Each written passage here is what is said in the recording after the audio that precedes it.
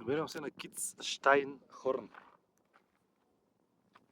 Един от високите върхове в Северен Тирол, макар че има доста по-високи. Той е 3200 метра, 1209. Долу се виждат езерата. Той са язовири, които казаха, че произвеждат ток за цялата околия.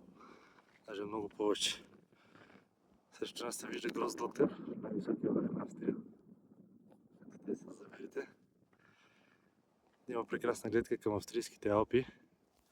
В дъното се вижда Гросвендигер, който е третия май най-висок върх в Алпите, в австрийските Алпи. След Вилчпице. Ето го кръста на самия връх. Ние идваме от Капрун.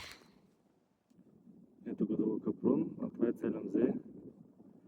Утре ни предстои живи и здрави отиване на масива Дахштайн. Ето го в дъното. Нещо пак се замазва.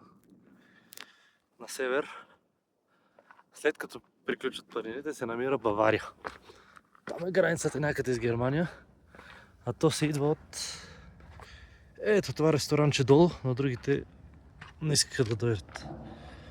Било стръмно, било страшно. Това са ледници, по които зимата се карат ски.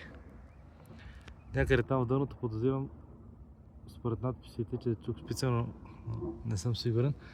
Ето го самия кръст. Много хубава гледка.